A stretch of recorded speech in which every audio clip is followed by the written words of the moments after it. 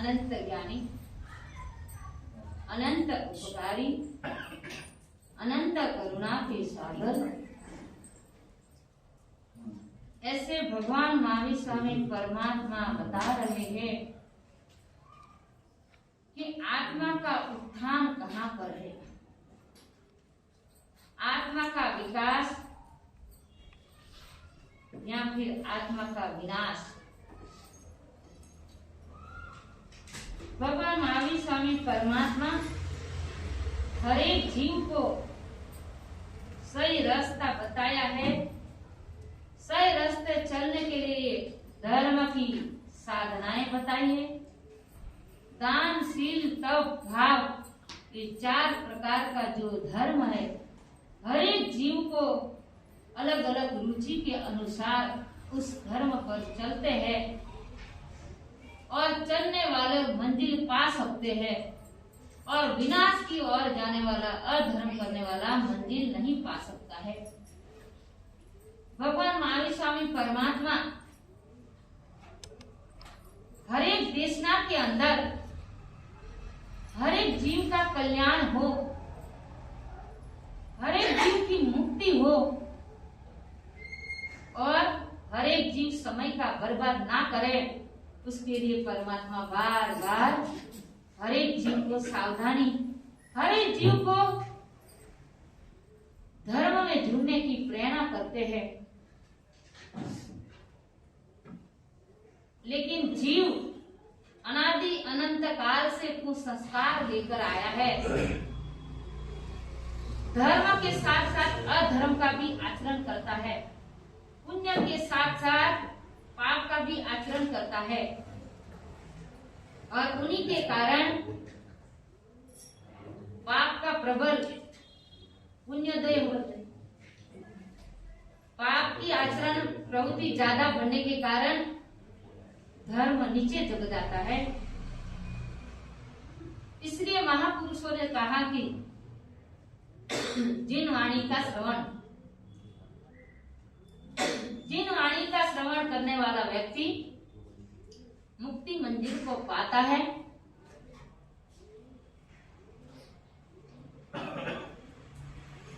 अनादि अनंत काल से यह संसार चलता आ रहा है और चलने वाला है। समय अपना काम कर रहा है, लेकिन जीव भी अपना काम कर रहा है। दुनिया के अंदर 2 व्यक्ति है, दोनों की भाग दौड़ एक समान है। सुबह से शाम तक सारे संसार के जीव धन के लिए भाग रहे हैं। सुबह से शाम तक जितनी भी जीवात्मा है, किसके लिए भाग रहे हैं? धन के लिए। और दुनिया में जितने भी जीवात्मा है, सुबह से शाम तक ज्ञान को पाने के लिए भाग रहे हैं। दोनों की दौड़ समान है, लेकिन दोनों का लक्ष्य अलग अलग है। उसी तरह परमात्मा भी कह रहे हैं, जितना संसार में रस है, जितना धन कमाने के लिए इंटरेस्ट है, उतना ही धर्म के लिए हो जाए तो हर एक जीव का बेड़ा पार हो सकता है। एक बार भगवान महावीर स्वामी परमात्मा का समूह शरण लगा हुआ था और प्रभु का शरण लगा हुआ उस समय में सभी जीव प्रभु की देशना सुनने के लिए गांव के गांव जा रहे थे। और सैनिक महाराजा को पता चला कि प्रभु की देशना चल रही है, समूह शरण लगा है, तो सैनिक महाराजा अपनी सवारी के साथ प्रभु की देशना सुनने के लिए तैयार हुए हैं। सैनिक महाराजा कैसे थे? प्रभु का परम भक्त थे। जिस दिशा में प्रभु विचरण करते थे, जिस दिशा में प्रभु की देशना होती, उस दिशा सन्मुख लेकर सोने के चावल से साथिया बनाकर प्रभु को वंदना करते थे। ऐसे परम भक्त श्रेणिक महाराजा प्रभु की देशना सुनने के लिए जाने की तैयारी की। हाथी, घोड़े, सैनिकों, पूरी राज दरबार की सभा चतुर की सेना के साथ प्रभु की देशना सुनने जा रहे हैं। क्या है? चतुरंगी सेना के साथ सैनिक महाराजा प्रभु की देशना सुनने के लिए जा रहे हैं। और इधर नंद मणियार नाम का एक सेठ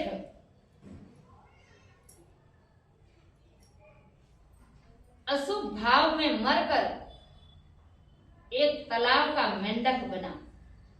क्या हुआ? नंद मणियार नाम का एक सेठ अशुभ भावों में मरकर तालाब का एक मेंढक बना। और इधर सैनिक महाराजा चतुरंगी सेना के साथ प्रभु की देशना सुनने जा रहे थे। और आपस में लोग वार्तालाप कर रहे कि प्रभु इस दिशा में समो शरण लगा हुआ है, इसी दिशा में प्रभु की देशना चल रही है, तो चलो हम भी चले प्रभु की देशना सुनने के लिए। इतने सैनिक, इतनी प्रजाजन सभी आपस में वार्तालाप करते जा रहे थे। तो उस मेंढक को लगा मैं एक समय का कौन था?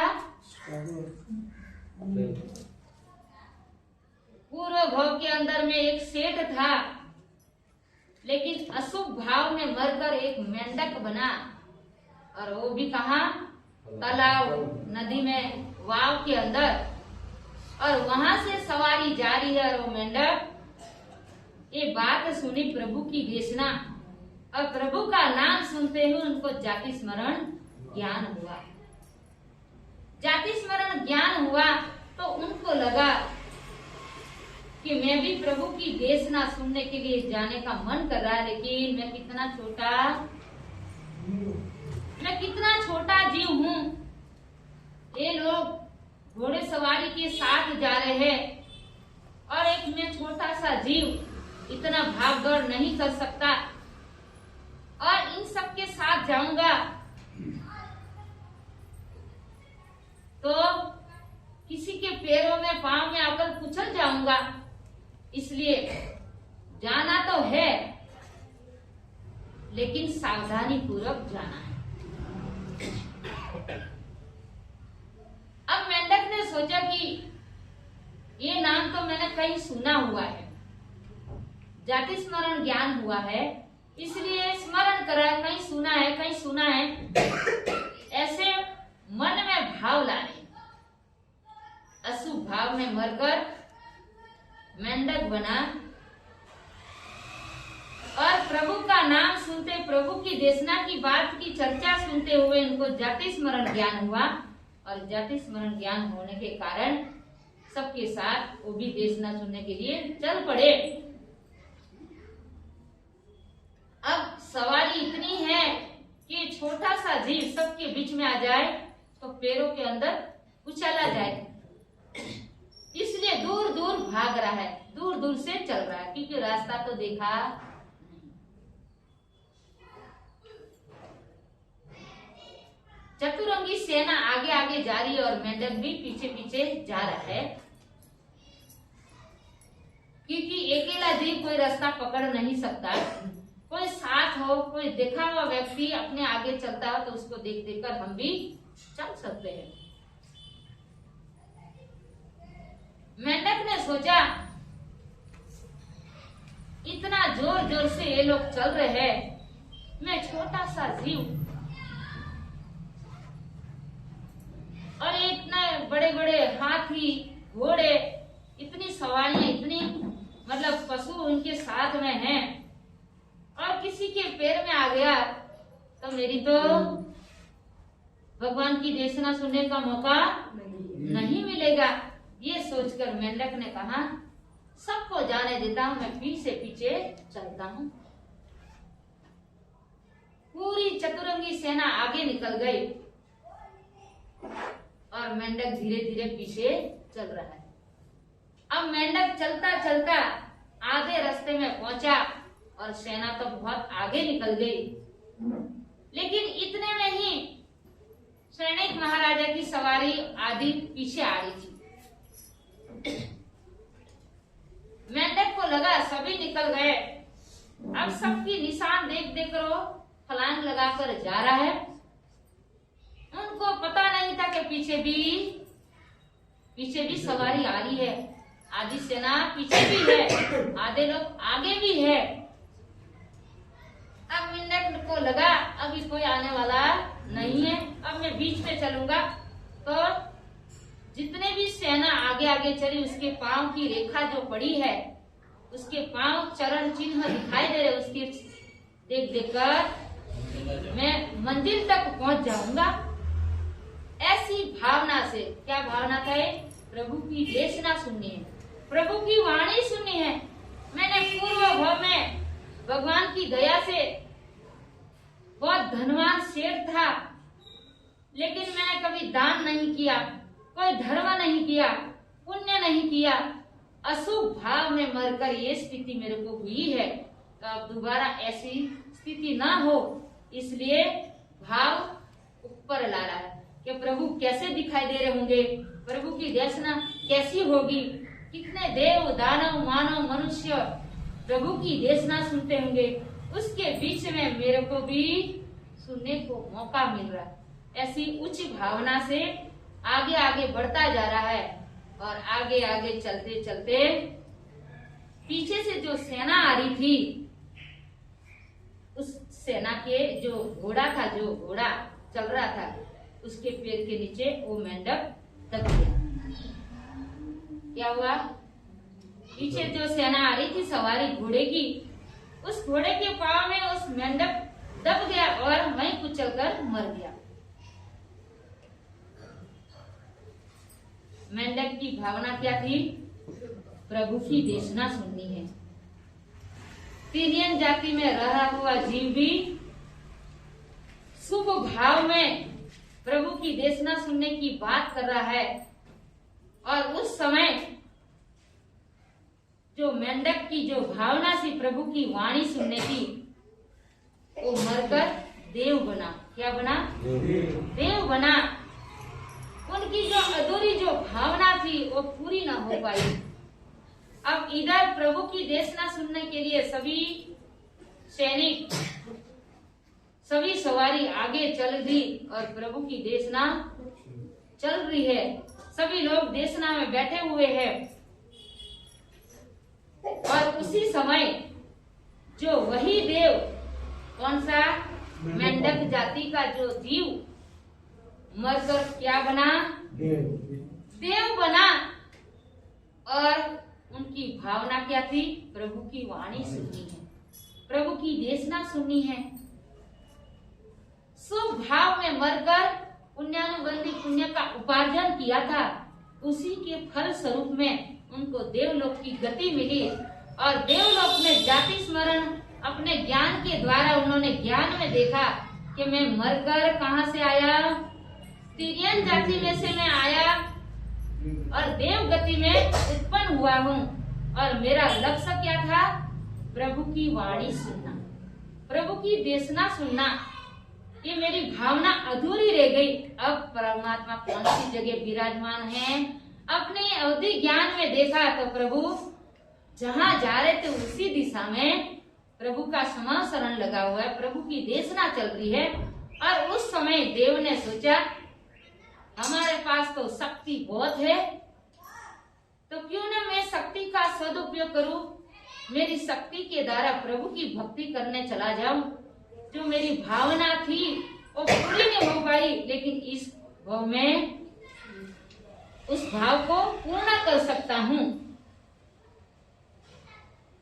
ये सोचकर देव अपनी शक्ति के द्वारा प्रभु के शरण में गया, प्रभु को नमस्कार किया और प्रभु के पास जाकर दोनों तरफ चावल ढालने लगा।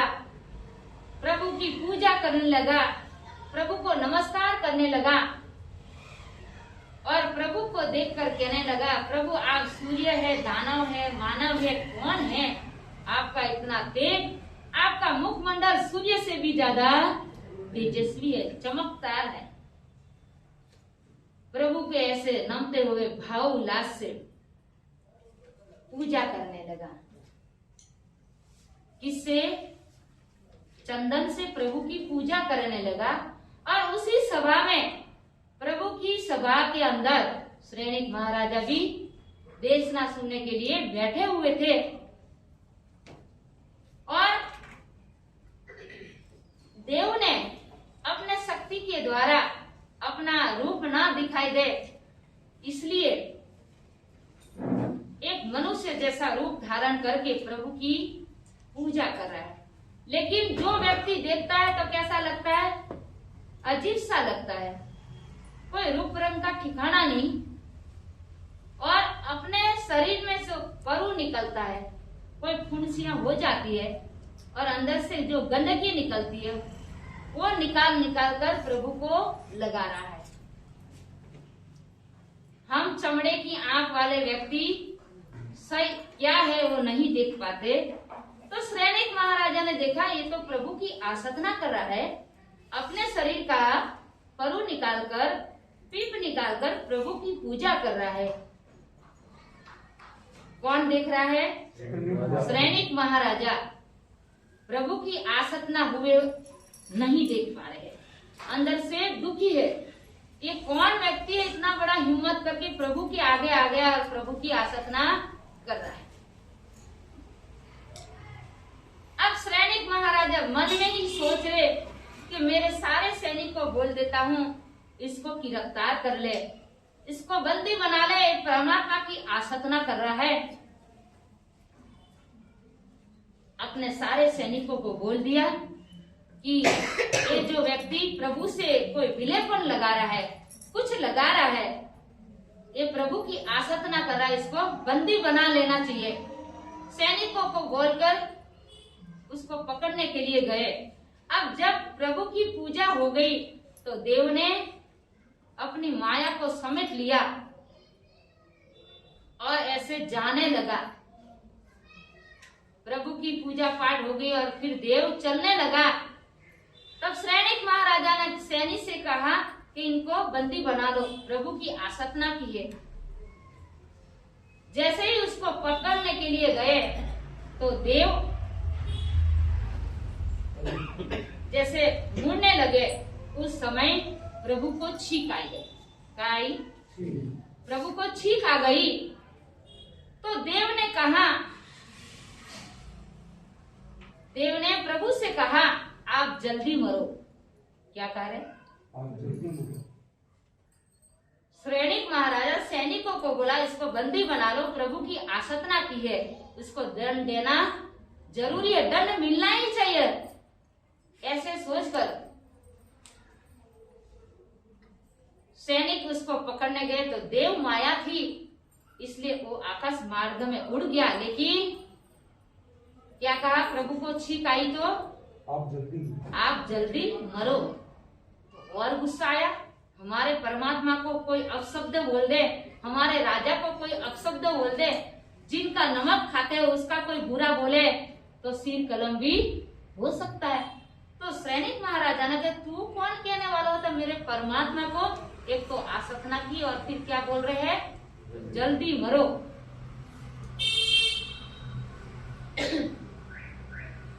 इतने ही समय में दूसरी बार श्रेणिक महाराजा को सिखाई। किसको सिखाई? श्रेणिक महाराजा को सिखाई। तो श्रेणिक को सिखाई। उस समय उस देव ने कहा आप चिरंकाल जीवो। क्या कहा? आप तो जीते रहो, जियो तो भी अच्छा है। थोड़ी ही देर के बाद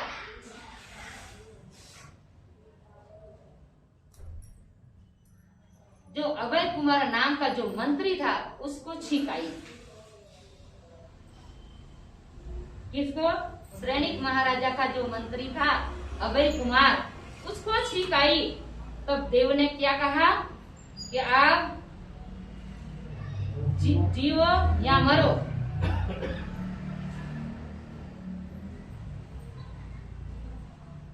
अब सैनिक महाराजा विचार करे, मेरे भगवान को मार रहा है और मेरे को जीने का आशीर्वाद दे रहा है, और मेरा जो मंत्री है उसको जियो या मरो। और चौथे नंबर के अंदर कालसोरिक नाम का जो चंडाल था उसको छिकाई।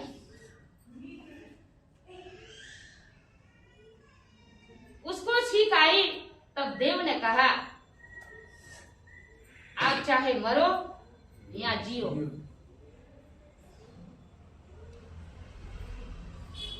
अब एक बार नहीं, दो बार नहीं, तीन तीन, चार चार बार वो देव हर एक को कुछ न कुछ अपशब्द बोल रहा है, तो गुस्सा आएगा कि नहीं आएगा? हैं? आएगा कि नहीं आएगा? उसी स्थान पर हम उस स्थान पर हो, हमको कोई अपशब्द बोल दे, कोई अनजान व्यक्ति, तो हम क्या करेंगे? गुस्सा आएगा नहीं? तो आपका भले नुकसान हो जाए। ऐसा कोई बोल दे तो कितना गुस्सा आता है? तो सैनिक महाराजों को लगा, अरे रे रे, मेरे प्रभु और मेरी बात और मेरा खास मंत्री उस देव ने अपनी माया के द्वारा सबको अलग अलग आशीर्वाद दिया। सैनिक महाराजा विचार रहे, अरे प्रभु साक्षात बैठे तो भी प्रभु कुछ भी नहीं बोल रहे। ऐसे अपशब्द बोलने वाले को तो कर्म सत्ता भी फल देती है, लेकिन यहाँ तो परमात्मा साक्षात बैठे, प्रभु ने भी कुछ बोला नहीं। और वो देव आकाश मार्ग में उड़ गया और चले जाने के बाद मन में प्रश्न, सैनिक महाराज को चैन नहीं पड़ रहा, क्योंकि कोई व्यक्ति ऐसे बोल दे, कल ही आपके उधर ऐसा होना वाला है या आपके साथ ऐसा होगा, तो हम क्या करेंगे? उस कार्य को सफल बनाने के लिए कुछ न कुछ प्रयत्न करते, कुछ किसी व्यक्ति से हम सलाह लेंगे, भाई ये विघ्न को हटाने के लिए क्या शुभ कार्य करना चाहिए। हर किसी की सलाह लेंगे और उसका निवारण जरूर करेंगे। लेकिन सैनिक महाराजा विचार कर रहे कि हम जिसको बंदी बनाने के लिए चले, लेकिन वो तो आकाश में उड़ गए, लेकिन हमारा प्रश्न का जवाब कौन देगा? लेकिन उनको विश्वास है, मेरे परमात्मा साक्षात यहाँ बैठे, प्रभु से ही पूछते हैं कि उसका जवाब क्या है। प्रभु से पूछा कि प्रभु, जब आपको छींक आई और उस देव ने आपको कहा आप जल्दी मरो, उसका अर्थ क्या है? क्या कहा?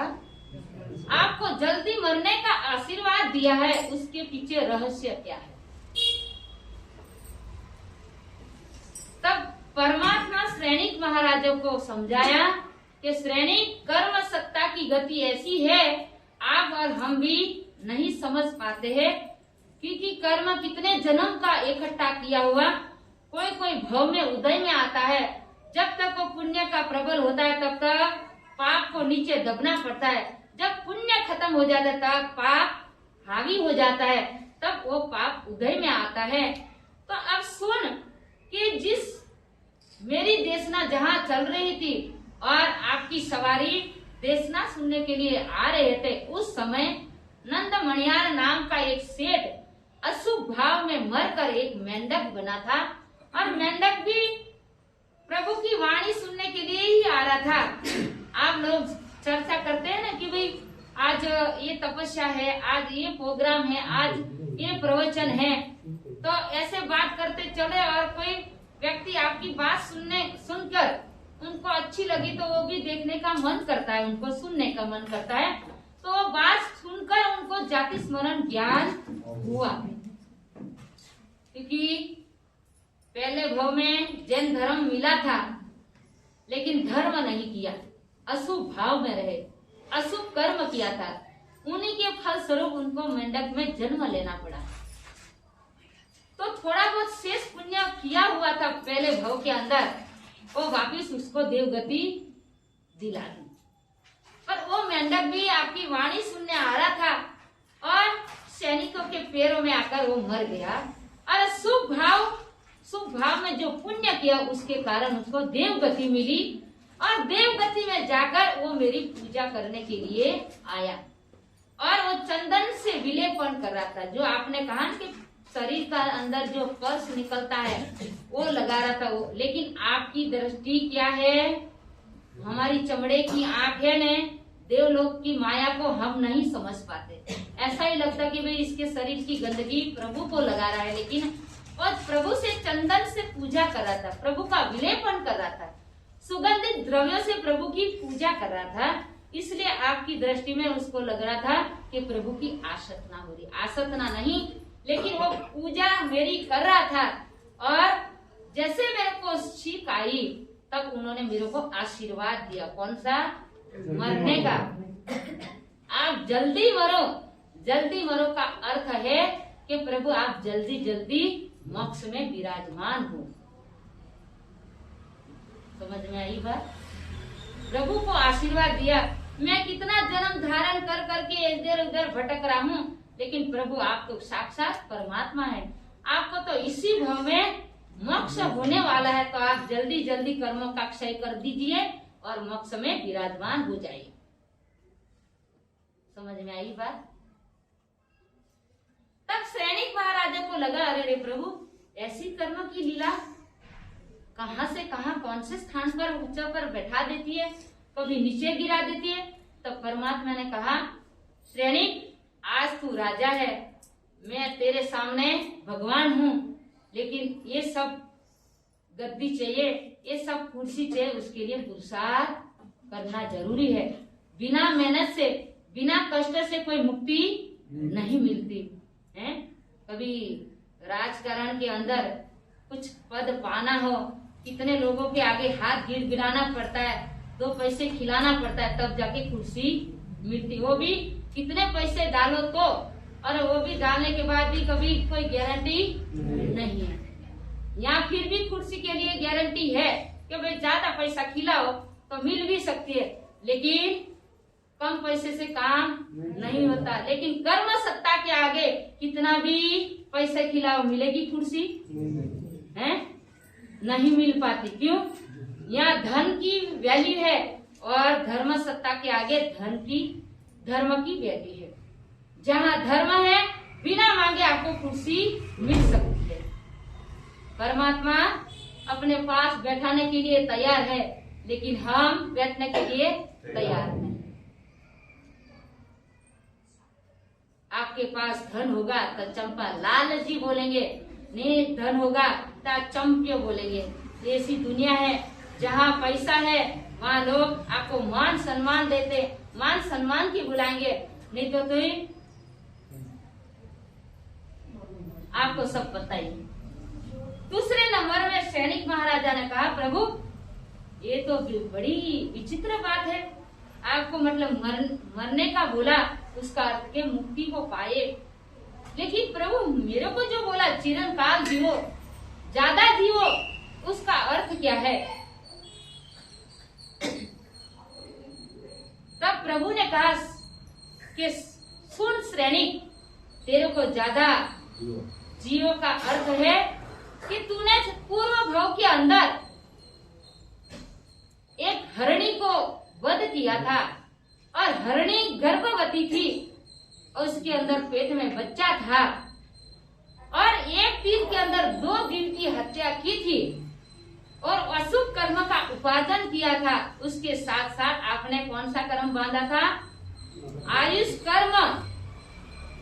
ऐसा बांधा, नरक गति का आपने आयुष बांधा था और आपको जब तक जियो तब तक अच्छा रहेगा, लेकिन यहाँ से मरने के बाद नरक का दुख भोगना पड़ेगा।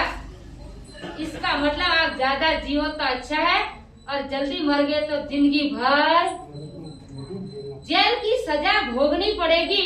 वहाँ से छुटकने के लिए कोई रास्ता नहीं है। वहाँ धर्म नहीं है, वहाँ पाप ही पाप है। आपको समझाने वाला भी कोई नहीं मिलेगा। जब तक प्रभु की निश्रा मिली तब तक पुण्य कमा लो, धर्म कर लो, आत्मा की सदगी कर लो, और जो पुण्य होगा इकट्ठा किया वही आपको शांति समाधि समता देंगे नरक के अंदर। नहीं तो दुख ही दुख, पीड़ा ही पीड़ा। आप ऐसी स्थिति में फंस जाओगे कि वहां से निकलना मुश्किल है। जब तक जियो तब तक जितना हाथ में समय मिला है उसका उपयोग कीजिए। आपको जो आशीर्वाद दिया, यहाँ जितनी शांति है वहाँ दुख ही दुख है। तो जितना समय, जितना आयुष आपका बलवान है, जब तक आपका पुण्य चमक रहा है तब तक धर्म कीजिए। धर्म किया हुआ हर एक गति में, हर एक स्थान पर आपको शांति समाधि प्रदान करेगा। उसका अर्थ ये था। समझ में आई बात? और श्रेणीक महाराजा प्रभु के मुख से ऐसी बात सुनकर कहने लगा, रे रे रे, आज इस भव्य में राजा और सारी प्रजा मेरी उंगली से इशारे से नाचती है, और कल कर्म सत्ता मेरे को नचाएगी। इसलिए श्रेणीक महाराजा कह रहे प्रभु से, प्रभु प्रभु प्रभु, मैं आपका परम भक्त हूँ, आपका परम सेवक हूँ, और मैं नरक गति में जाऊंगा, आपको मंजूर है? क्या पूछ रहे परमात्मा से? प्रभु, मैं आपका परम भक्त, परम सेवक, और मैं नरक में जाऊंगा, आपको मंजूर है? परमात्मा ने कहा, मेरे को मंजूर नहीं है। मेरी इच्छा नहीं है कि तू नरक में जाए, लेकिन कर्म तो अपने ही किया है, खुद ने किया है ना। तो कर्म की गति ऐसी है, जिसने जैसा कर्म किया वैसा फल उसको मिलता है, उसको ऐसा ही भोगना पड़ता है। उसके साथ मैं कुछ नहीं कर सकता। मैंने कर्म किया तो मेरे को भोगना है, आपने कर्म किया तो आपको भोगना है, भोगना तो पड़ेगा ही। तब श्रेणीक महाराजा कह रहे प्रभु से, प्रभु तो उसको निवारण क्या करना चाहिए कि जो कर्म थोड़ा हमको दुख कम दे। तब परमात्मा ने कहा, अभी आपके पास जितना भी समय बाकी है, उस समय के अंदर आपकी नगरी के अंदर दान दिलाए, धर्म का प्रचार करे, धर्म करनी कराए, तपस्या कराए, और आपको भी जितना हो सके उतना सामयिक पोषद व्रत, श्रावक के जो 12 नियम है, 12 व्रत है, उसके अंदर आप भी धर्म में अपना समय बिताए, तब जाके आपका कर्म थोड़ा हल्का हो सकता है, लेकिन फल तो भुगतना ही पड़ेगा। कर्म सत्ता इतनी कठिन है कि बड़ी मुश्किल है। श्रेणीक महाराजा ने प्रभु की बात सुनकर अपने नगर के अंदर दानशाला खोल दी है। धार्मिक अनुष्ठान हर रोज होने लगा। खुद भी जितना समय मिलता है उतना सामायिक प्रतिगण पूजा पाठ में लगा दिया, लेकिन कर्म सत्ता ये कहती है, जब कर्म समय बांधते समय हमारा रस, हमारा भाव, हमारा विचार कैसा था, उस हिसाब से उस कर्म का फल मिलता है। श्रेणीक महाराजा ने अभिमान में आकर एक हरिणी का वध किया, एक साथ 2 जीव की हत्या की, और पाप होने के बाद खुद की अनुमोदना भी की थी, और उसी के कारण खुद की अनुमोदना की थी, उसी के कारण उसको कहते हैं, क्या कहते, बहुत चिकना कर्म, मतलब जैसे तेल का दाग लग गया, साबुन से निकल गया, घी का लगाया, साबुन से निकल गया, और डीजल का लगा तो थोड़ी बहुत मेहनत करने से थोड़ा झाका हो गया, लेकिन पेट्रोल का दाग कैसा है, कपड़ा फट जाएगा लेकिन निकलेगा नहीं। उसी तरह कर्म भी ऐसा है, हम बांधते समय सावधान नहीं रहते हैं, चेतते नहीं, तो उस कर्म का फल आपको 10 गुना भोगना पड़ता है। तो इसलिए परमात्मा ने कहा, कर्म जरूर भोगना है, लेकिन उसका निवारण के लिए आपको धर्म अनुष्ठान करते रहना पड़ेगा, तब जाके पीड़ा थोड़ी कम होगी। और तीसरे नंबर के अंदर कहा कि जो मेरा मुख्यमंत्री है अभय कुमार की बुद्धि चाहिए, तो हम दिवाली के दिन क्या लिखते हैं, धनशाली भद्र की रिद्धि सिद्धि है। और अभय कुमार की बुद्धि चाहिए, बुद्धि होगी तभी धन लक्ष्मी प्राप्त कर सकते हैं। और गौतम स्वामी की लब्धि हो। हम दिवाली के नए जो चौपड़े लेते हैं, डायरिया लेते हैं, उसमें ये सब लिखते हैं। सैनिक महाराजा ने प्रभु से पूछा कि प्रभु हमारा जो मुख्यमंत्री है उसको क्या आशीर्वाद दिया था, जियो या मरो। जियो या मरो। उसका अर्थ ये था, आपको तो यहाँ भी धर्म है और वहाँ भी धर्म है। आप दोनों हाथ में आपको लड्डू है, यहाँ भी बुद्धिमान से कार्य करते हैं, बुद्धिमान से धर्म करते हैं और हर जगह बुद्धि को आगे लगाकर विवेक पूर्व धर्म आराधना में इधर भी करते हैं और वहाँ भी। तो आप यहाँ भी मतलब यहाँ भी आपको अच्छा है और वहाँ भी आपकी गति तैयार है। हमको कोई व्यक्ति बोल दे कि एक मेरी टिकट करवा देना, लेकिन आप टिकट कराने गए तो खाली एक भी नहीं है और मिली तो कैसी, वेटिंग में मिली। और आपकी कौन सी चाहिए हैं? और उसके अंदर कैसी सुविधा, एसी है, सब एसी के अंदर सब सुविधा। घर में जो सुविधा वो ट्रेन में भी सुविधा है, हर जगह सुविधा सुविधा सुविधा। और वेटिंग में पड़ी हो तो सोचे भाई खड़े खड़े कहाँ तक। हाँ, अब जो बोलते हैं, हम सोचते हैं कि हर जगह हमारी टिकट कैसी चाहिए है। ये एक भाव के लिए यहाँ से बम्बई जाने के लिए मिल जाएगी हैं? पैसे डालो और तमाशा देखो, जितना पैसा डालोगे इतनी सुविधा मिलेगी। 500 रुपया में कोई मिलेगी सुविधा है? तीर्थ स्थान में जाओ तो भी सब पंखा भी चाहिए, एसी भी चाहिए, कूलर भी चाहिए, हाथ पोंछने का रुमाल भी चाहिए, नहाने का साबुन भी चाहिए, पानी का वो जग भी चाहिए, सब सुविधा। लेकिन पैसे कितने डाले? 500 हैं? 500 रुपया में क्या मिलता है? अभी होटल में जाके खड़े बाहर निकाल देंगे हैं?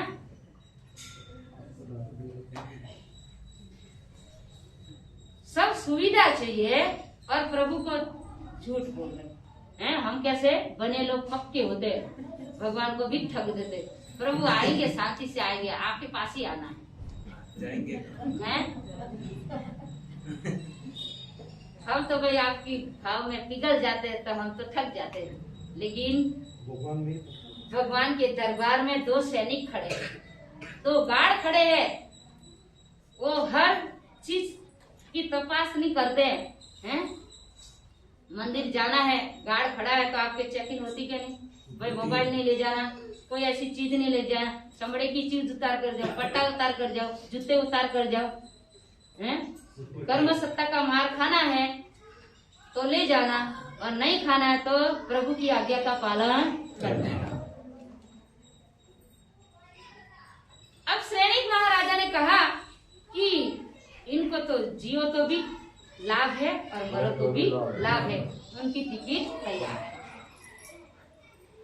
टिकट तैयार अच्छी लगती या फिर मेहनत करने के मिलने के बाद अच्छी लगती है?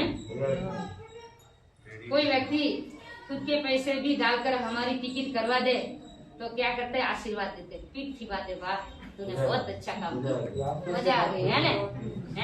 कोई व्यक्ति उपकार करता है, उसकी तारीफ करते हैं।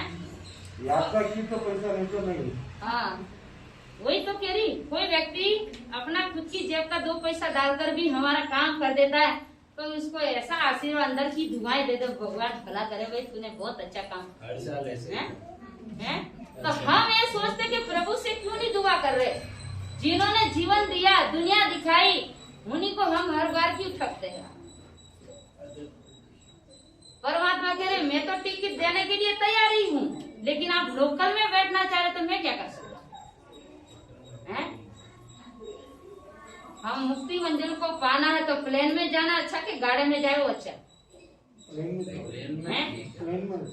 प्लेन में जाओ तो 2-4 घंटे के दिन भर के 2-3 दिन में पहुंच जाएंगे। लेकिन जो गांव का जो गाड़ा आता है बैलगाड़ा, कितने समय लगे उसको पहुंचने में? वर्षों अवसर पीढ़ी काल चक्र भी बीत जाए तब तक अभी तक पहुंचेंगे नहीं हम। हमको तो ऐसा मित्र अच्छा लगे जो बिना मेहनत से खुद की जेब का पैसा निकाल कर टिकट करवा दे, वो अच्छा लगे। परमात्मा कह रहे मैं भी टिकट देने के लिए भी तैयार हूँ, लेकिन जो मैं कह रहा हूँ आप कर नहीं रहे, इसलिए टिकट अभी तक मिली नहीं।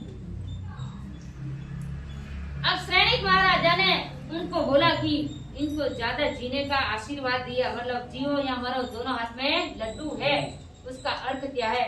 तो ये कह रहे कि भाई धर्म की दुकान पर अच्छी तरह अपना कार्यभार संभाल रहा है, कर रहा है। यहाँ भी उसने पुण्य का उपार्जन किया और जाएंगे वहां भी उसको जहाँ सुविधा यहाँ मिल रही वैसी की वैसी सुविधा वहां भी उसको मिलने वाली है। क्या कह रहे? जितनी धन संपत्ति यहाँ पे है वैसी की वैसी वहां भी उसके लिए सब तैयार है। मैं आपसे पूछती हूँ, इस भाव में जो मिला है वैसा के वैसा वापिस दूसरे भाव में मिले, ऐसा भावना रखते हैं? इससे भी अच्छा, इससे भी अच्छा। यहाँ जितनी सुविधा जितनी फैसिलिटी मिली है उससे भी ज्यादा दूसरे भाव में अच्छा मिले, तो अच्छा मिले ऐसी भावना रखे। उसके लिए अपन बैंक बैलेंस तो बढ़ाना पड़ेगा ना, हैं? सामयिक करे, प्रतिक्रमण करे, पूजा पाठ करे, माला जाप करे, सब कुछ करना पड़ेगा ना। बैठे बैठे तो कोई, अब बेचारा बाप बूढ़ा हो गया, पूरा दिन दुकान में झुक झुक कर 2 पैसा कमाता है और बेटा मोबाइल देखता रहता है, पैसा उड़ाता है, तो हैं वो पसंद आता है? पूरा दिन दोस्तों के साथ घूमता रहता है, कुछ कमाता नहीं है तो पसंद नहीं आएगी। क्यों?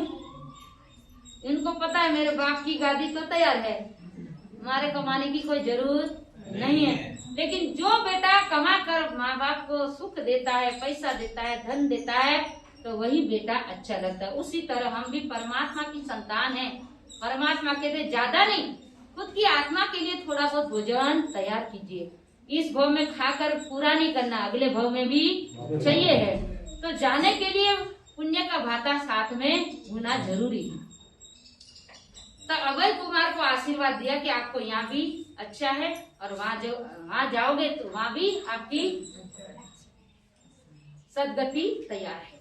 और चौथे नंबर के अंदर कहा कि कालसूरिक नाम का जो चंडाल है श्रेणिक महाराजा की नगरी के अंदर रोज का 500 पाड़ा का वध करता है, और श्रेणिक महाराजा भी उसको बंद नहीं करवाया आज तक।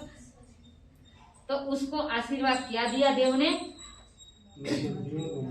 आप चाहे मरो या जियो, आपको तो जीना भी मरना बराबर है, और मरना वो भी आपके लिए कोई सार्थक नहीं है। आप यहाँ भी पाप कर रहे हैं और वहाँ भी आपको पाप ही पाप। उसका अर्थ क्या? मतलब आप यहाँ भी नरक जैसी जिंदगी जी रहे, कर्म का उपार्जन करे, पाप कर रहे हैं, और वहाँ भी आपको वही नरक गति का दुख भोगना पड़ेगा। क्योंकि हमने कर्म ऐसा किया तो आपका जीना और मरना दोनों सेम बराबर है। यहाँ भी जीकर कोई अच्छा काम नहीं करे, पाप कर्म का उपार्जन करे, तो आपकी गति भी तैयारी है। कौन सी? तो कह रहे नरक गति में दुख ही दुख, पाप ही पाप। आप जैसी करनी करो, जैसी भरनी भरना है। तो ज्ञानी पुरुष कह रहे हैं सबको आशीर्वाद देते हुए परमात्मा हमको आशीर्वाद दे रहे कि भाई आप जैन शासन के अंदर जन्म लिया है, जैन कुल में जन्म लिया है, जैन शासन मिला, धर्म मिला, सब कुछ मिलने के बाद हमारा नंबर कहाँ लगना चाहिए? हमारा नंबर कहाँ लगना चाहिए? अभय कुमार की बुद्धि चाहिए, उनके जैसा जीवन होना चाहिए। यहाँ हमने बैंक बरस बढ़ाया है और अगले भाव में भी टिकट तैयार है। तो जाते ही सब सुविधा मिल जाए, वही चाहते हैं ना हम भी, हैं? तो परमात्मा से यही कहे कि हम भी अभय कुमार जैसा धर्म करें, वैसी करनी करें कि यहाँ भी तैयार और वहाँ भी तैयार। कुछ दुख देखने को नहीं मिलेगा। भगवान महावीर का शासन हमको मिला है, उसको सार्थक करना है। और भगवान के पास जितने गुण थे, जितना ज्ञान था, जितनी बुद्धि थी, वो सब हमारे जीवन में आए और उनका अनुकरण करते हुए हमारा जीवन भी धन्य बने, हमारा जीवन भी सफल बने, ये शुभकामना करते। आज कल नेमिनाथ भगवान का जन्म कल्याणक है, भगवान का बर्थडे है, हमारा बर्थडे तो बहुत बार मना लिया, लेकिन प्रभु का बर्थडे मनाना है, जन्मदिन मनाना है। वैसे भगवान का जन्मदिन कल है, लेकिन कल बच्चों को छुट्टी नहीं है, उसी के कारण आज बच्चों का नाटक रखा हुआ है। छोटे छोटे बच्चे बेचारे 10-15 दिन से मेहनत कर रहे हैं, तो ऐसे बच्चों को उत्साह बढ़ाए और उनकी भावना आगे नई पीढ़ी तैयार हुए, ऐसी अपन कामना करते। और कल भी नेमिनाथ भगवान का जन्म कल्याण है, तो व्याख्यान के बाद मांडवा का गीत और श्लोकों सब भूला जाएगा। आज भगवान का जन्मदिन बच्चों के द्वारा मनाया जा रहा है और एक छोटी सी नाटिका प्रस्तुत किए जाएंगे। आगे का प्रोग्राम अंकित भैया बता रहे हैं।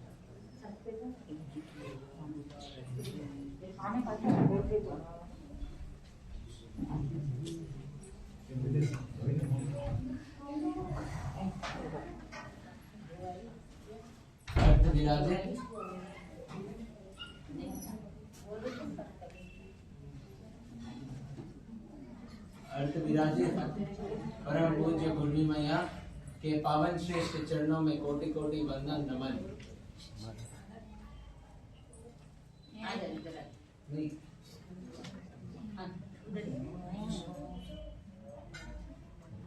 यहाँ इस धर्म सभा में पधारे हुए सभी गणमान्य श्रावक श्राविकाओं का श्री सकल जैन संघ हार्दिक हार्दिक स्वागत एवं आभार व्यक्त करता है। देखते ही देखते आज तीसरे रविवार का भी चातुर्मास शुरू होने के पश्चात तीसरे रविवार का भी प्रवचन संपन्न हो गया। कहने का मतलब ये घड़ी निरंतर चलती जा रही है। जिन्होंने अपने आप को गुरुवर्या के मुखारबिंद से जो ज्ञान की गंगा बह रही है उसमें अपने आप को धो दिया तो ठीक है, बाकी आने वाला समय बड़ा ही कठिन और मुश्किल होगा। तो इसीलिए अपने आप को धर्ममय बनाए, धर्म आराधना से जुड़े। गुरुवर्या ऐसे ऐसे ज्ञानी साधु साध्वी भगवान हमारे क्षेत्र में विराजमान है। चाहे कोई भी संप्रदाय के हो, आप साधु साध्वी भगवंतों के पास जाओ, प्रवचन में जाओ, अपने आप को धर्म ध्यान से जोड़ो, यही मंगल कामना करते हैं और इसी तरह अपने मनुष्य जीवन को सफल बनाए। जैसे गुरुवर्या ने फरमाया कि कल सोमवार होने के नाते बच्चों को स्कूल की छुट्टी नहीं मिलती और वीकडे में लगभग सब बिजी रहते हैं, तो गुरुवर्या का निर्देश था कि हम प्रभु नेमिनाथ भगवान का जन्म कल्याणक आज रविवार के दिन एक भव्य नाटिका द्वारा मनाए। तो इसीलिए मैं सभी महानुभावों से निवेदन करता हूँ कि शांति बनाए रखे। छोटे बच्चों ने एक भव्य नाटिका तैयार की है, तो हम सब ध्यान पूर्वक सुने और उनका प्रोत्साहन बढ़ाए। मैं सर्वप्रथम सभी नाटिका की पूरी नाटिका की टीम से आमंत्रित करता हूँ वे आगे पधारे और नाटिका प्रस्तुत करें।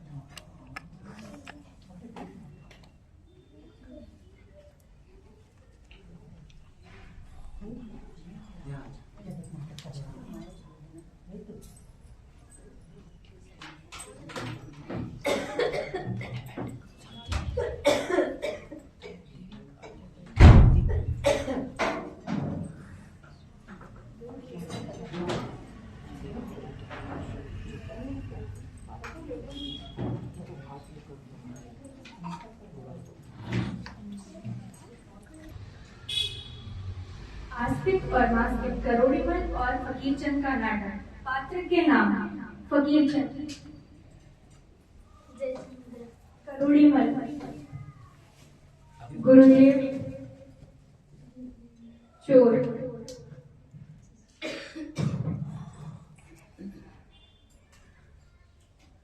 यह नाटक एक प्रेरणादायक नाटक है जो दो सेठों का सेठ करोड़ीमल, जिसे प्रभु भक्ति और गुरु प्रवचन में ही दिल लगता है, जबकि सेठ फकीर चंद का तो बस लक्ष्मी प्रसन्न करने में ही आनंद आता है, लेकिन किस तरह उसका हृदय में परिवर्तन होता है, हमें इस नाटक में हमने ये दर्शाया गया है।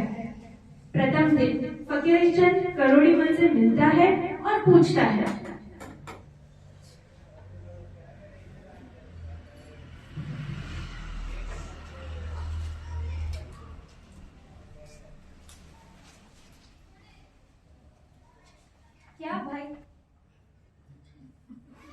क्या भाई, क्या हालचाल? तुम्हारे पास तो मेरे लिए कोई समय ही नहीं है बात करने का, मिलने का। भाई फकीरा, माफ करना, मैं अभी तुम्हारे पास नहीं आ सकता हूँ। 9 बजने वाले हैं और 9 बजे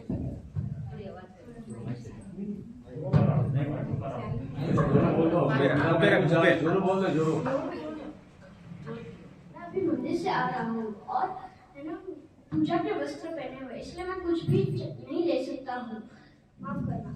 तो भाई वस्त्र दूसरे पहनकर आ जाओ, मैं तुम्हारा इंतजार करता हूँ। नहीं भाई, अभी 9 बजने वाले हैं, गुरुदेव के प्रवचन का समय हो रहा है। ऐसा हमारा सौभाग्य है कि ऐसा अवसर हमें मिला है। मैं तो कहता हूँ बल्कि आप भी मेरे साथ चलिए और बहती गंगा में अपने हाथ धो लीजिए। अरे नहीं भाई नहीं, इतना समय का जो मैं प्रवचन सुनने जाऊँ? आप बोलिए आपके पास इतना समय है? नहीं है, नहीं है मेरे पास। तो तुम ही जाओ, 9 बजने वाले हैं, जाओ भाई जाओ। जैसे तुम्हारी इच्छा। नमो जिनाना। करोड़ीमल चला जाता है और फकीर चंद बड़बड़ाता है, मेरी क्या मति मारी गई है? जाने वाले ग्राहकों को छोड़कर, लक्ष्मी को छोड़कर प्रवचन सुनने जाओ। प्रवचन से कभी लक्ष्मी प्रसन्न हुई है? बोलिए। ऐसे मुझे कोई आवश्यकता नहीं है प्रवचन सुनने की। हाँ। और इस तरह करोड़ीमल प्रवचन सुनने चला जाता है और फकीर चंद बड़बड़ाता ही रहता है। फिर दूसरे दिन रोज की तरह करोड़ीमल मंदिर के लिए जाता है।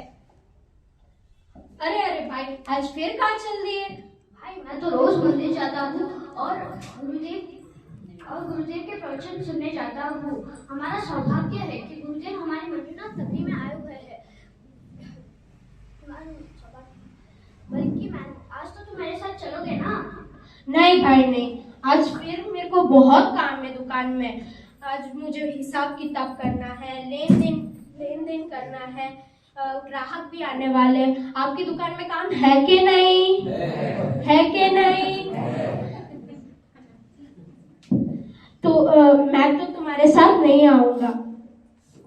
कोई बात नहीं भाई, मैं तुम्हें एक ना एक दिन लेकर ही जाऊंगा और तुम देखना, गुरुदेव की मधुर वाणी इतनी प्रभावशाली होती है। गुरुदेव तो सरल स्वभाव में भी सब कुछ कह जाते हैं।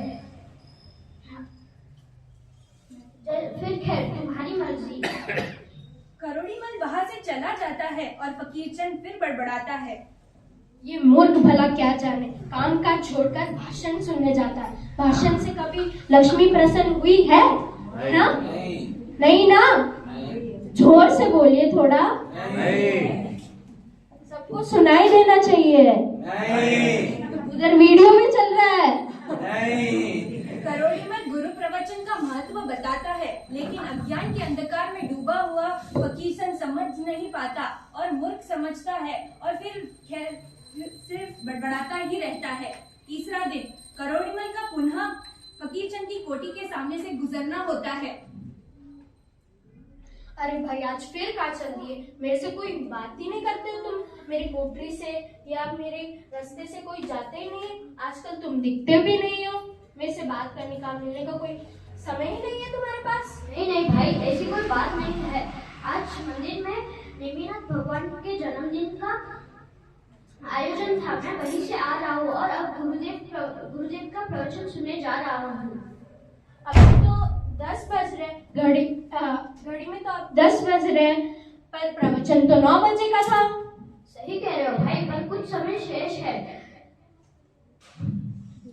गुरुदेव के जितने भी वचन मेरे इन कानों में पड़े हैं उतने ही बहुत है, पर अगर मैं आज तुम्हें नहीं ले गया तो मेरा नाम भी सेठ करोड़ीमल नहीं। अरे देखो, दुकान खोलने का समय हो गया। मैं तो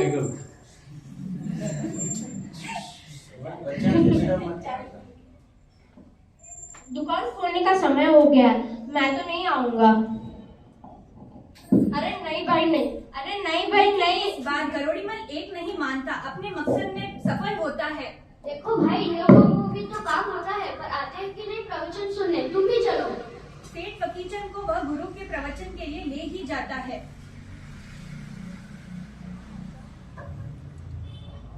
गुरुदेव उपाश्रय में बैठे हैं और प्रवचन समाप्त हो गया है। गुरुदेव मंगलिक सुनाते हैं, श्रावक श्राविका उपाश्रय से बाहर आते हैं और दोनों सेठ उपाश्रय में प्रवेश करते हुए गुरु महाराज के सामने बैठते हैं। गुरुदेव को वंदना करते हैं। करोड़ीमल इशारे से फकीरचंद को भी गुरु वंदना करने को कहता है। गुरुदेव सहज भाव से दोनों मध्यम मनामी कहकर बैठ जाते हैं। मुझे अनेक दुख हो रहा है। आज मैंने आपकी मधुर वाणी सुनने से वंचित रह गया हूँ। मुझे बहुत दुख हो रहा है। फकीरचंद इधर उधर झाँकता है, तरह तरह के मुंह बनाता है, बेचैन होकर खड़ा हो जाता है। अरे भाई, समय क्यों बर्बाद कर रहे हो मेरा? दुकान खोलने का समय होगा, मेरे ग्राहक भी आने वाले हैं। तुम्हारी वजह से मेरा इतना समय बर्बाद हो गया। चलो, खाना है तो जाओ भाई। ये करोड़ीमल खुद भी डूबेगा और मुझे भी डुबाएगा।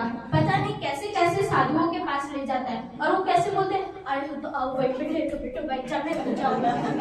ऐसे कोई बोलता है? पता नहीं कैसे कैसे साधुओं के पास ले जाता है। और इस तरह सेठ फकीरचंद बहुत सोचता है, दिन भर बड़बड़ाता ही रहता है और इस बात का असर उसके नींद में भी पड़ने लगता है और वह नींद में भी वही शब्द दोहराने लगता है। तभी चोर का आगमन होता है। रात का समय था। चोर का आगमन। धीमी धीमी कदमों से अंदर आता हुआ सेठ हवेली को देखकर कहता है, ओ माँ, इतनी बड़ी हवेली, यहाँ से तो कितना माल मिलेगा। चलो अंदर चलते हैं। अरे बाप रे, इतनी बड़ी हवेली, यहाँ से तो बहुत चोरी करूंगा। यहाँ से चोरी करने के बाद थोड़े दिन आराम करेंगे, माला माल हो गए। आए हो तो आओ भाई। तभी नींद में बड़बड़ाता हुआ फकीरचंद स्वर कानों में पड़ते हैं। आए हो तो आओ भाई। चोर घबराकर छुपकर बैठ जाता है। बैठे हैं तो बैठो भाई। अरे बाप रे बाप, सेठ जी तो सो रहे थे। इनको कैसे पता कि मैं आया हूँ, बैठ रहा हूँ या उठ रहा हूँ? इससे पहले कि ये मुझे पकड़े, मैं यहाँ से भाग जाता हूँ। फकीरचंद फिर बड़बड़ाता है, जाना है तो जाओ भाई। चोर भागता है। तभी कोई वस्तु गिर पड़ती है और उसकी आवाज से नींद जाग जाती है। कौन फिर बड़बड़ाता है, अरे कौन है? कौन है? कौन है? फिर सेठ जी खड़ा होता है और देखता है इधर उधर। फिर सेठ जी चोर को देख लेते हैं। इधर आ। आप क्या रहा है? माफ की गाय क्यों? मैं यहाँ तो चोरी करने के इरादे से ही आया था। मुझे जाने दीजिए, मेरी मत्ती मारी गई थी जो मैं यहाँ चोरी करने आया, बुरा काम करना। मुझे जाने दीजिए सेठ जी। सेठ चोर को पकड़ लेता है और चोर सेठ को सारा हाल सुनाता है। उसके गिड़गिड़ाने पर सेठ चोर को छोड़ देता है और मन में विचार करता है, मैं तो सिर्फ एक ही दिन गुरु महाराज के पास गया और उनके 4 ही वचन सुने थे और मेरा इतना बड़ा नुकसान होने से बच गया। अगर मैं हर रोज गुरु महाराज के पास प्रवचन सुनने जाऊंगा तो मुझे बड़ा फायदा होगा। करोड़ीमल ठीक ही कहता है कि रोज गुरु प्रवचन सुनने जाना चाहिए मुझे, लेकिन मैंने एक नहीं सुनी। साधु बोले सहज समाये, साधु बोले भरत न जाए। अगले दिन सेठ फकीरचंद का पूजे के वस्त्र में करोड़ीमल का इंतजार करता है और करोड़ीमल का आगमन होता है। अरे भाई, आज मैं तुम्हारे साथ पूजा करने भी चलूंगा और गुरु महाराज के प्रवचन में भी चलूंगा। तो चलते हैं। और तुम्हें पता है आज क्या है? हाँ पता है? आपको पता है? पता है। क्या पता है? हाँ भगवान का जन्म कल्याण। हाँ, नेमिनाथ भगवान का बर्थडे है, जन्मदिन है, तो आज हम उसको खूब अच्छे से मनाएंगे, खूब पार्टी करेंगे, वैसे पूजा करेंगे, भजन करेंगे, सब करेंगे। चलो भाई ये तो बहुत अच्छी बात है, देर आए पर दुरुस्त आए। चलो दोनों चल पड़ते हैं। और हमने इस नाटक से देखा कि गुरुदेव के सद्वचन सुनने से सेठ फकीरचंद का मन प्रभु भक्ति और लगने लगता है और वह समझ जाता है कि जो गुरुदेव के सद्वचनों को सुनता है वह दिल में उतारता है, वह भाव से डर जाता है। इसी तरह हमें भी गुरु के वचन सुनने चाहिए और उसे आत्मा का कल्याण करना चाहिए, तभी हम अपने जीवन को सही दिशा दे पाएंगे और जीवन का कल्याण कर पाएंगे।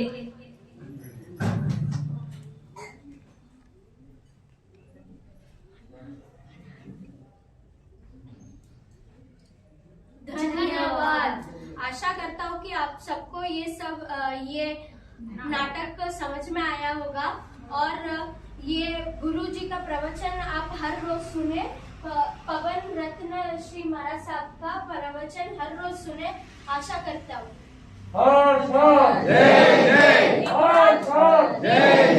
नेमिनाथ भगवान की जय। नेमिनाथ भगवान की जय।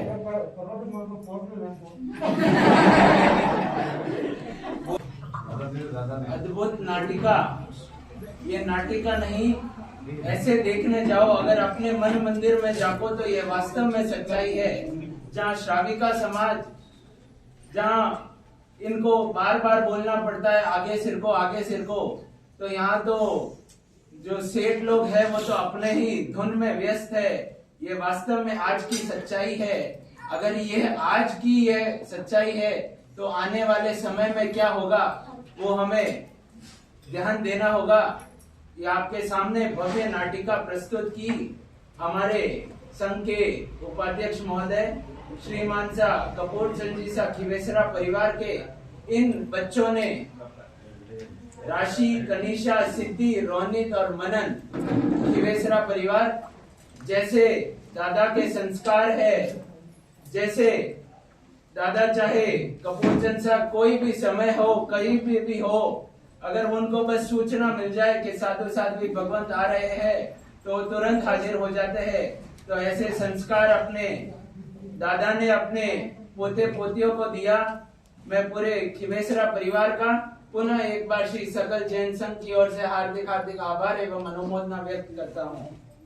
ऐसे खिवेसरा परिवार इस चातुर्मास के मुख्य लाभार्थी भी है और चाहे कोई भी योजना हो तो ये आगे से अपना नाम लिखाने वाले व्यक्ति है, इनके पास जाना नहीं पड़ता। ऐसे व्यक्ति अगर संघ समाज में हो तो जिन शासन की शोभा बढ़ती है। मैं पुनः एक बार सभी बच्चों का, खिवेसरा परिवार के सभी बच्चों का हार्दिक हार्दिक आभार एवं धन्यवाद व्यक्त करता हूँ। आप इसी तरह अपने दादा दादी के बताए हुए मार्ग चिन्हों पर चले और बाकी सभी युवा पीढ़ी को प्रेरणा देते रहे, यही मंगल कामना करते हैं। इसी बीच जो चातुर्मास फंड की योजना थी रजत स्तंभ, इसमें श्रीमान सा राजेंद्र कुमार जी सा, अजयंत कुमार जी सा, सिद्धार्थ कुमार जी सा रेदासनी परिवार ने एवं सहयोगी स्तंभ जो 11,000 का नखरा है उसमें श्रीमान सा मीठालाल जी सा, प्रकाश चंद जी सा, अशोक जी सा, बसंता देवी नवलका परिवार ने स्वेच्छा से अपना नाम लिखा है। इन दोनों परिवारों का श्री संघ की ओर से हार्दिक हार्दिक आभार एवं अनुमोदना करते हैं। अभी बच्चों ने तो भव्य नाटिका प्रस्तुत की, बच्चों की 10-15 दिन की मेहनत हम सभी ने देखी, लेकिन आप जो सालों साल से प्रवचन सुन रहे हैं, पता नहीं प्रवचन सुन रहे हैं या सेठ जैसे खर्राटे मार रहे हैं, ये अभी आपके सामने हमारे सामने पता चलेगा। आपको क्वेश्चन पेपर वितरित किए जाएंगे तो सभी मानवा बस लिमिटेड टाइम ही रहेगा। ऐसे नहीं कि पढ़ने में समय लग गया, ये हो गया वो हो गया। बच्चों को भी एक्सक्यूज नहीं मिलती स्कूल में, तो यहाँ तो जिन शासन धर्म दरबार में तो एक्सक्यूज मिलने का सवाल ही नहीं। तो सभी महानुभाव अपना पेन पेंसिल तैयार रखें, क्यों पेन निकालने में 1-2 मिनट लग जाते हैं, वो पता नहीं कहीं बुक के बीच में छुपे रहते हैं।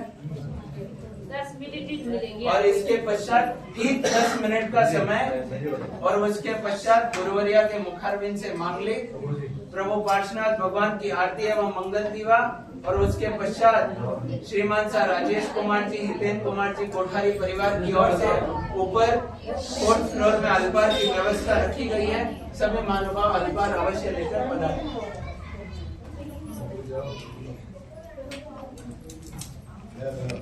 और इसके पश्चात क्वेश्चन पेपर जो आप आंसर फिल करेंगे, उसके पश्चात संघ की ओर से खिवेसरा परिवार के बच्चों का बहुमान सकल संघ द्वारा होगा। और आपने तो खूब अच्छा संचालन किया। मुझे लगता है कहीं मेरे अंदर कमी है जो मैं 2-2.5 साल से कर रहा हूँ। आपने तो बस कुछ समय में अच्छा प्रदर्शन किया। एक लेके फटाफट पास कर दीजिए। और जब समय शुरू होता है तभी आप आंसर शीट फिल करना शुरू करें, क्योंकि आगे वालों को ज्यादा समय मिलता है, पीछे वालों को कम समय मिलेगा। तो इसमें कोई कम समय ना करें।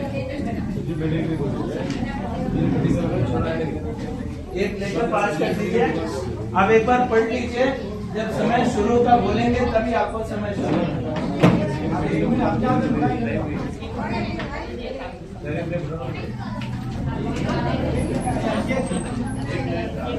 ये नॉर्मल क्वेश्चन पेपर जैसा नहीं है। अगर किसी को नहीं मिला तो वो क्वेश्चन पेपर ले ले, और जिसके पास एक्स्ट्रा है वो पास कर ले। तो जो घुमाने वाला था वैसा का वैसा यहाँ दिया हुआ है। तो आपको र, श, भ, दे, व ऐसे सभी अक्षरों का नंबर आपको लिखना है। क्वेश्चन पेपर एक्स्ट्रा हो तो पास कर दीजिए। मैं आपको शांति शांति शांति 1 मिनट शांति। सब मुझे पता है आप सब ज्ञानी आत्माएं हैं। नाम और मोबाइल नंबर लिख दो। मुझे पता है आप सब ज्ञानी आत्माएं, लेकिन 1 मिनट सुन लो, पहले सुन लो। एक नाम खाली र, श, भ, दे, व ऐसे करके आपको 24 ही परमात्मा के जो यहाँ नंबर आएंगे, जिस नंबर में जो अक्षर है वो नंबर लिखना है। मैं आपको एग्जाम्पल के लिए फर्स्ट आंसर बता देता हूँ। र है फर्स्ट में नंबर 1 नंबर, तो आपको वहाँ लिखना है 1। श दूसरे नंबर में है तो आपको लिखना है 2। भ तीसरे नंबर में है तो आपको लिखना है 3। दे 4th में है तो आपको लिखना है 4। व 5th नंबर में है तो आपको लिखना है 5। तो फर्स्ट का आंसर होगा 1 2 3 4 5। आपका समय शुरू होता है अब। नाम, गोत्र और कोई पहचान सके वैसा आप पूरा अपना नाम लिखे, और हो तो मोबाइल नंबर भी लिख देवे।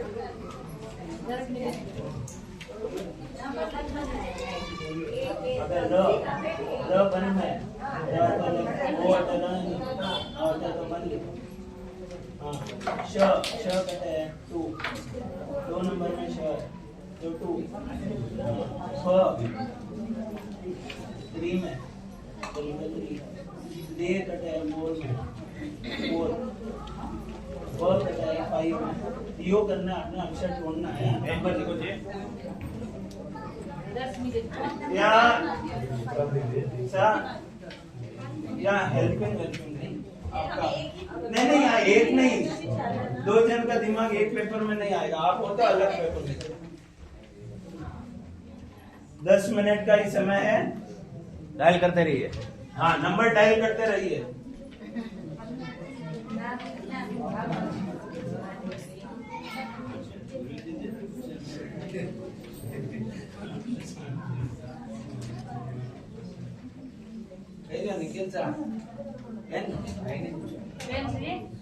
डायल करो, कहीं किसे पता डायल करते करते वास्तव में परमात्मा तक नंबर लग जाए अपना। डायल करने में आप पीछे मत रहो। गुरुवर्या ने भी प्रवचन में यही फरमाया कि पुरुषार्थ करते रहो।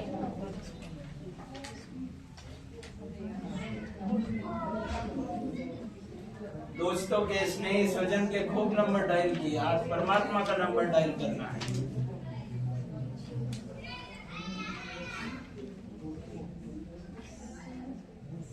दस मिनट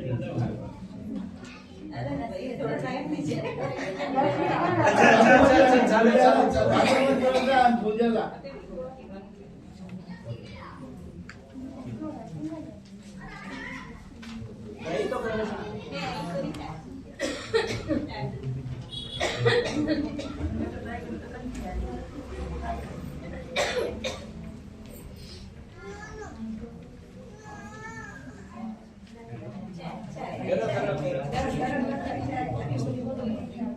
सगे संबंधी रिश्तेदार को बहुत लगा है, परमात्मा से लगाओ।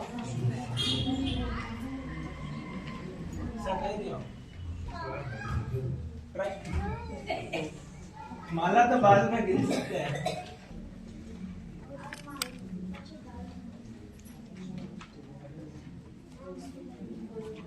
वहाँ पर तो जिन्होंने आज चोर की भूमिका निभाई, साधु की भूमिका निभाई, वो भी लगे हुए हैं।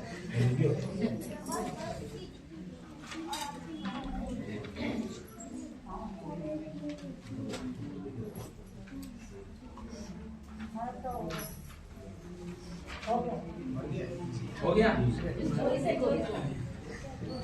खूब खूब आभार। समय के पहले अगर कोई स्टूडेंट अपना आंसर शीट सबमिट कर दे तो समझो कि लॉटरी लग गई। मात्र 2 मिनट का समय।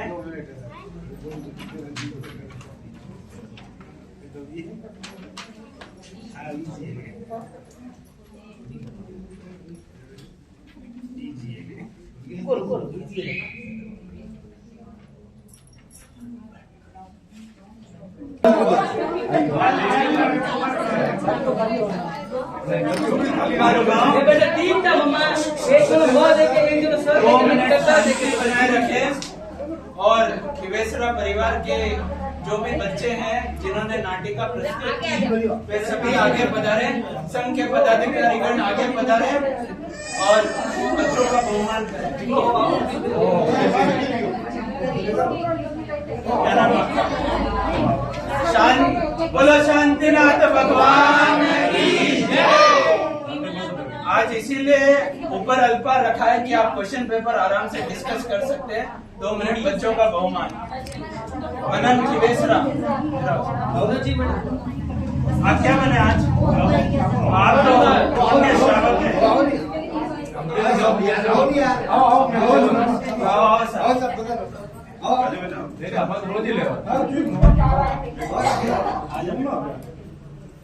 सेठ करोड़ीमल जिनका सेठ फकीर चंद जिन्होंने पूरी जिंदगी धन कमाने में लगा दी। बस एक अगर कल्याण मित्र मिल जाए तो जीवन सुधर सकता है। यही आपने सही दर्शाया। बहुत बहुत धन्यवाद। अनुमोदना अनुमोदना अनुमोदना बारंबार और अनुमोदना अनुमोदना अनुमोदना आपने बोलो थैंक यू, बोलो थैंक यू, बोलो थैंक यू वेरी मच, बोलो थैंक यू। राशि खिवेसरा इन्होंने बहुत अच्छा संचालन किया। अगर कहीं हो कभी आपको समय मिले तो हम दोनों जुगलबंदी में संचालन कर सकते हैं। बहुत बहुत धन्यवाद। पटा बिठा दो भाई, आज अच्छो दिन है, पटा बिठा दो। चोर तो आपने नाटिका में बोला, असली में आप चोर नहीं हो। आगे बढ़ा। कनीषा खिवेसरा जिन्होंने चोर की भूमिका मात्र निभाई है, जो कभी कभी करना भी पड़ता है। बहुत बहुत धन्यवाद। जो हिम्मत चाहिए, जो विलन का रोल करने वालों को भी हिम्मत चाहिए होती है। और साधु मध्याह्न वंदना भी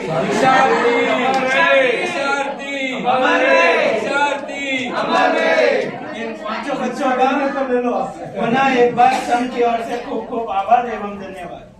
इसके पश्चात अति उत्तम अल्पार की व्यवस्था ऊपर रखी गई है। सभी महानुभाव अल्पार अवश्य लेकर पधारें। पचकांड, उपवास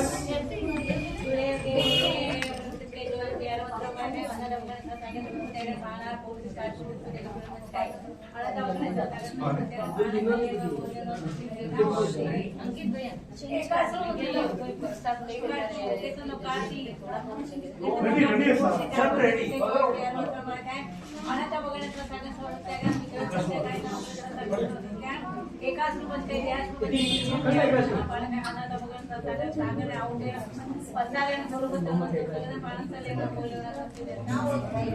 तपस्या करने वालों को धन्यवाद, उपासना उपवास करने वालों को धन्यवाद धन्यवाद तीर्थंकर तप करने वालों को धन्यवाद धन्यवाद नहीं करने वालों से गांधी भाई से एक बड़ी तपस्या गतिमान है हमारे संघ के अंदर, तो उस तपस्वी आत्मा का संघ की ओर से सुख साधा पूछता हूँ एवं हार्दिक हार्दिक आभार एवं धन्यवाद प्रेषित करता हूँ। गुरु वंदन। इच्छामि धम्मो वंदेयो ज्ञानि जय निशियाय देवनामि।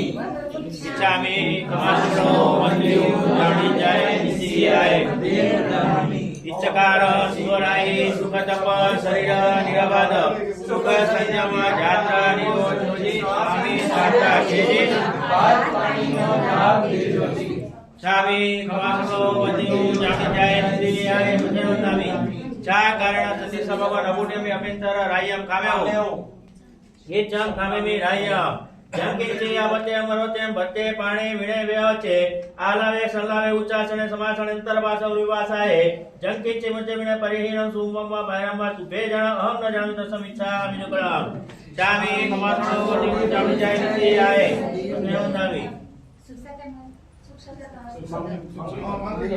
नमो हरिहंताणं वसिष्ठाणं नमो आयरणं जाननं लेससाणं एसो पंचनमकारो सब पावपणासनं मंगलानं च सव्वेसिं पडमं हवै मंगलम मंगलम भगवान वीरो मंगलम गौतम प्रभु मंगलम स्थूलिभद्राज जैन धर्म मंगलम अंगूठे अमृत वसे लब्धितना भंडार श्री गुरु गौतम समरिय मनवांचित फलदाता सर्व मंगल मंगल सर्व ज्ञान कारणं प्रदानं सर्व धर्माणं जय जय शास्त्रम